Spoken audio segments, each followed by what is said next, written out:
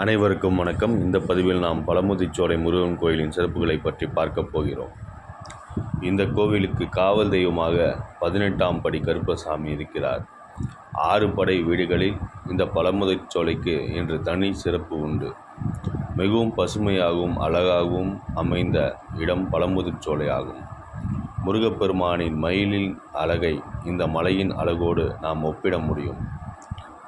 கீழே அழகர் கோவில், அதற்கு மேல் முருகர் கோவில், அதற்கு மேல் ராக்காயி அம்மன் கோவில் உள்ளது. வள்ளி தெய்வானையுடன் காட்சி தரும் இடம் பழமுதிர்ச்சோலை ஆகும். முருகர் சிறுவனாய் வந்து ஔவையாரை சோதித்தது பழமுதிர்ச்சோலை ஆகும். அருணகிரிநாதர் இத்தலம் மீது திருப்புகழ் பாடியுள்ளார். இங்குள்ள முருகன் வெற்றிவேல் முருகன் என அழைக்கப்படுகின்றார். பழமுதிர்ச்சோலை என்பதற்கு பழங்கள் உதிரும் சோலை என பெயர் பெற்றதும் பழமுதிர்ச்சோலை என பின்னாளில் ஆனது. கந்தபுராண பாடலில் விநாயகர் யானையாக வந்து வள்ளியை மணமுடிக்க உதவும்படி முருகர் விநாயகரை கூப்பிட்டதாக அங்கு விநாயகர் வந்த இடம்தான் பழமுதிர்ச்சோலை ஆகும். 6ஆம் படை வீடான பழமுதிர்ச்சோலை வள்ளி மலையை குறிக்கும். பழமுதிர்ச்சோலை கோவிலில் முருகருக்கு உகந்த நாளாக வெள்ளிக்கிழமை கணக்கிடப்படுகின்றது. முருகர் ஔவையாரிடம் திருவிளையாடல் புரிந்த இடம் பழமுதிர்ச்சோலை ஆகும். இந்த கோவிலில் நைவேத்தியமாக தேனும் தினைமாவும் கொடுக்கப்படுகின்றது.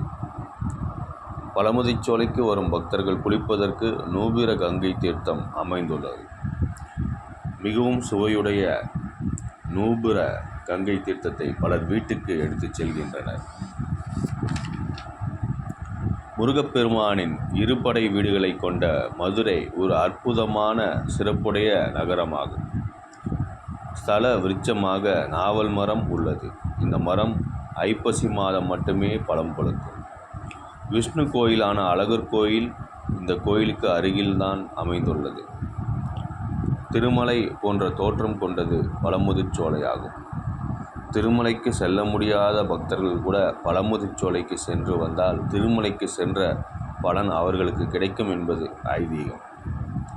இந்த கோவிலில் கந்த சஷ்டி விழா மிக சிறப்பாக கொண்டாடப்படுகின்றது. முருகனுக்குரிய தைப்பூசம், கார்த்திகை, வைகாசி, விசாகம் ஆகிய நாட்களில் சிறப்பு பூஜைகளும் அபிஷேகங்களும் நடைபெறுகின்றது. அழகர் கோவிலில் உள்ள மூலவருக்கு கள்ளழகர் என்பது திருநாமமாக அமைந்துள்ளது. இங்கு கோவில் கொண்டுள்ள பெருமாளுக்கு உகந்த நாள் சனிக்கிழமை. எனவே அன்பு நண்பர்கள், நீங்கள் உங்கள் குடும்பத்துடன் இந்த கோயிலுக்கு சென்று முருகப்பெருமானின் அருள் ஆசியை பெற்று உங்கள் வாழ்வில் சீரும் சிறப்புமாக நோய் நொடியின்றி நிம்மதியுடன் மன ஆரோக்கியத்துடன் உடல் ஆரோக்கியத்துடனும் பல்லாண்டு காலம் முருகப்பெருமானின் அருளாசியுடன் அவரின் பாதுகாப்புடன் வாழ வேண்டும் என மனமாற வாழ்த்துகிறேன்.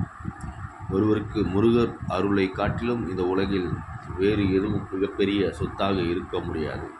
ஏனென்றால் முருகப்பெருமானின் அருளானது ஒரு அக்ஷயம் பாத்திரம் போன்றது. நம் வாழ்வில் அல்ல குறையாமல் நமக்கு அனைத்தையும் முருகப்பெருமான் வாரி வழங்கி கொண்டே இருப்பார். அவர் கோடானு கோடி மக்களுக்கு வாரி வழங்குகின்ற வள்ளல் ஆவார். எனவே முருகப்பெருமானின் பக்தராக நீங்கள் வாழ்க்கையில் அவரை பின்பற்றுங்கள், சைவ நெறிக்கு மாறுங்கள். சைவமாக இருந்து நீங்கள் முருகப்பெருமானின் பாதத்தை பற்றும்போது உங்களுக்கு கிடைக்கின்ற பலன் எண்ணற்ற பலன்களாக இருக்கும் என்பதில் எந்த விதமான மாற்று கருத்தும் கிடையாது. நீங்களும் உங்கள் அன்பு குடும்பமும் நலமாற வாழ வேண்டும் என முருகப்பெருமானை நான் பிரார்த்திக்கிறேன். இந்த பதிவு தங்களுக்கு பிடித்திருந்தால் லைக் செய்யுங்கள், ஷேர் செய்யுங்கள், சப்ஸ்கிரைப் செய்யுங்கள் மற்றும் நோட்டிஃபிகேஷனில் உள்ள பெல் பட்டனையும் ப்ரெஸ் பண்ணுங்கள். அப்பொழுதுதான் நமது அனைத்து வீடியோக்களும் உங்களுக்கு கிடைக்கும். இந்த பதிவை கேட்ட அனைவருக்கும் நன்றி, வாழ்த்துக்கள். வாழ்க வளமுடன்.